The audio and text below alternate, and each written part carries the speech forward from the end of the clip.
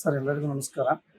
ಮೊದಲನೆಯದಾಗಿ ಕಲಾವಿದರಿಗೆ ಪ್ರೋತ್ಸಾಹ ಅನ್ನೋದಕ್ಕಿಂತ ಹೆಚ್ಚಾಗಿ ನಾನು ಇದೇ 2021-22ರಲ್ಲಿ ಒಂದು 15-20 ಸಾವಿರ ಸಂಬಳದಲ್ಲಿ ಕೆಲಸ ಮಾಡ್ತಿದ್ದವನು.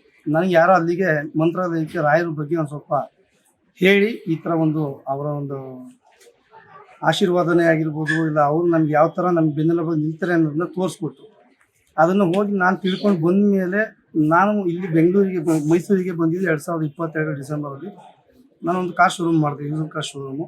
ಅಲ್ಲಿ ರಾಯರದು ಒಂದು ಫೋಟೋ, ದೊಡ್ಡದಾದಂಥ ಒಂದು ಫೋಟೋ ಇಟ್ಟಿದ್ದೆ. ಬಟ್ ನನಗೆ ಅದೇನೋ ಮನಸ್ಸಿಗೆ ಸಮಾಧಾನ ಆಗ್ತಾ ಇರಲಿಲ್ಲ. ನಾನು ಭಕ್ತನಾದ ಮೇಲೆ ಅದನ್ನು ನೋಡ್ತಾ ಇದ್ದ ರೀತಿಯೇ ಬೇರೆ ಇತ್ತು. ಆ ಬರೀ ಫೋಟೋ ಇದ್ದಿದ್ದರಿಂದ ನಾನು ಹಿಂದೆ ಬೃಂದಾವನ ಬಳಿಬೇಕು ಅಂತ ಅಂದ್ಬಿಟ್ಟು ಹುಡುಕ್ತಾ ಇರೋಂಥ ಸಮಯದಲ್ಲಿ ಯಾರು ಕಲಾವಿದರು ಸಿಗ್ತಾರೆ ಅಂತ ಅಂದ್ಬಿಟ್ಟು ಪುನೀತ್ ಅನ್ಎಕ್ಸ್ಪೆಕ್ಟೆಡ್ ಆಗಿ ಸಿಕ್ಕಿದ್ದು ನನಗೆ. ಅವ್ರಿಗೆ ಬೇರೆ ಯಾರೋ ಪರಿಚಯ ಮಾಡಿಕೊಟ್ರು. ಅವ್ರನ್ನ ಕರೆದು ನಾನು ಅವ್ರನ್ನ ಕೇಳಿದಾಗ ಪುನೀತ್ಗೆ ಈ ಥರ ಇದು ಮಾಡಬೇಕು ಅಂತ ನಾನು ಹೇಳಿದೆ. ಸೊ ಅದನ್ನು ಆ ಫೋಟೋನ ತೆಗೆದು ಫುಲ್ ನನಗೆ ಆಫೀಸ್ ಕ್ಯಾಬಿನ್ನ ವಾಲ್ನ ಕಂಪ್ಲೀಟ್ ಯೂಸ್ ಮಾಡಿಕೊಂಡು ಅವ್ರದ್ದೇ ಆದಂಥ ವಿಭಿನ್ನ ರೀತಿಯಲ್ಲಿ ಒಂದು ಮಂತ್ರಾಲಯನೇ ಚಿಕ್ಕದಾದಂಥ ಒಂದು ಮಂತ್ರಾಲಯದಲ್ಲಿ ಹೋದ್ರೆ ಏನು ಫೀಲ್ ಬರುತ್ತೋ ಆ ಥರ ಕ್ಯಾಬಿನ ಸೃಷ್ಟಿ ಮಾಡಿಕೊಟ್ರು. ಇವತ್ತು ನಾವು ಕೂರಬೇಕು ಅಂತಂದ್ರೆ ಆ ಸ್ಥಾನದಲ್ಲಿದೆ. ಆ ಥರ ಅದ್ಭುತವಾಗಿ ಅಲ್ಲಿ ರಾಯರನ್ನ ಪ್ರತಿಮೆನ ಬಿಟ್ಟಿದ್ದಾರೆ. ಅದರಿಂದ ಅಲ್ಲಿಂದ ನಮ್ಮದು ಬಾಂಧವ್ಯ ಶುರುವಾಗಿದ್ದು. ನೆಕ್ಸ್ಟು ಅವ್ರ ಕಲೆಗೆ ಪ್ರೋತ್ಸಾಹ ಅಂತ ಬಂದಾಗ ಇವಾಗ ಮೊನ್ನೆ ಪುನೀತ್ ರಾಜ್ಕುಮಾರ್ ಅವ್ರನ್ನ ರಂಗೋಲಿ ಮುಖಾಂತರ ಮಾಡಬೇಕು ಅಂತ ಅಂದ್ಬಿಟ್ಟು ಲಕ್ಷ್ಮೀ ಮೇಡಮು ಮತ್ತು ಅವರು ಇಬ್ಬರು ಇದು ಮಾಡಿದಾಗ ನನ್ನ ಹತ್ರ ಡೈರೆಕ್ಟಾಗಿ ಬಂದು ಕೇಳಿದ್ರು, ಸರ್ ಈ ಥರ ಮಾಡಬೇಕು ಅಂತ ಅಂದ್ಕೊಂಡಿದ್ವಿ, ನಿಮ್ಮ ಕೈಲಿ ಏನಾದರೂ ಸಹಾಯ ಮಾಡಿಕೊಡಿ ಅಂತ ಅಂದ್ಬಿಟ್ಟು. ನನಗೆ ಫಸ್ಟ್ ಆಫ್ ಆಲ್ ಇಲ್ಲಿ ನನಗೆ ಏನು ಬಾಂಡಿಂಗ್ ಶುರುವಾಯಿತು ಅದನ್ನು ಇನ್ನೂ ಅತಿ ಹೆಚ್ಚು ರೀತಿಯಲ್ಲಿ ಮಾಡಿಕೊಂಡು ನಾವು ಮಾಡಬೇಕು ಅಂತ ಅಂದ್ಬಿಟ್ಟು ಒಂದು ಚಿಕ್ಕ ಪ್ರಯತ್ನಕ್ಕೆ ಒಂದು ಸಣ್ಣ ಸಹಾಯ ಅಂತಾರಲ್ಲ, ಹಂಗೆ ಜೊತೆಯಲ್ಲಿ ಬಂದು ಕೈ ಹಾಕಿದೋ ಅದು ತುಂಬ ಯಶಸ್ವಿ ಕಾಣ್ತು.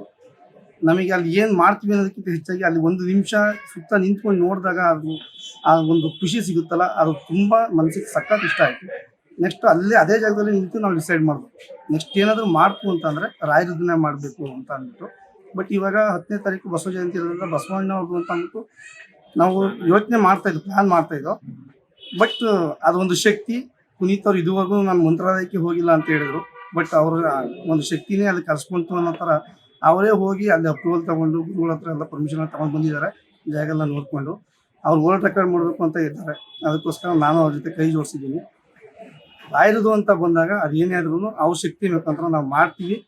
ಆ ಕಲಾವಿದರಿಗೆ ಪ್ರೋತ್ಸಾಹಿಸ್ತೀನಿ ಅನ್ನೋದಷ್ಟೇ ನನ್ನ ಒಂದು ಆಸೆ. ಸರ್, ನನಗೆ ಅವ್ರು ಹೇಳಿರೋ ಪ್ರಕಾರ ಅವ್ರದ್ದು ಒಂದು ಸಿಂಪಲ್ ಕ್ಯಾಲ್ಕುಲೇಷನ್ ಪ್ರಕಾರ ಇವಾಗ ಒಂದು ವರ್ಲ್ಡ್ ರೆಕಾರ್ಡಿಗೆ ಮತ್ತು ಟ್ರಾವೆಲ್ ಆಗಿರ್ಬೋದು, ನಾವು ಯೂಸ್ ಮಾಡ್ತಕ್ಕಂಥ ಏನೇನು ಮೆಟೀರಿಯಲ್ಸ್ ಬೇಕು ಹೋಗೋದಕ್ಕೆ ಎಲ್ಲದಕ್ಕೂ ಒಂದು 2-2.5 ಲಕ್ಷ ಅಂತ ಹೇಳಿದ್ದಾರೆ ಅಂದಾಜು.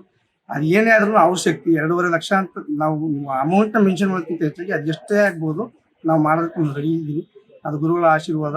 ನನಗೆ ಇನ್ನೂ ಅತಿ ಹೆಚ್ಚು ಸಪೋರ್ಟ್ ಸಿಗುತ್ತೆ. ಅದರಲ್ಲೂ ನಮ್ಮ ಮೈಸೂರಿನ ಜನತೆ, ಮೈಸೂರು ಕಲಾವಿದರಿಗೆ ಅತಿ ಹೆಚ್ಚಾಗಿ ಪ್ರೋತ್ಸಾಹಿಸ್ತಾರೆ. ರಾಯರ ಭಕ್ತರು ಬೆನ್ನೆಲುಬು ನಿಲ್ತಾರೆ ಅನ್ನೋದಷ್ಟೇ ನನ್ನ ಆಸೆ. Thank you sir. ತಮ್ಮ ಹೆಸರು ಸರ್? ಅಭಿಲಾಷ್ ಅಂತ ಅಂದ್ಬಿಟ್ಟು ಓಂಕಾರ.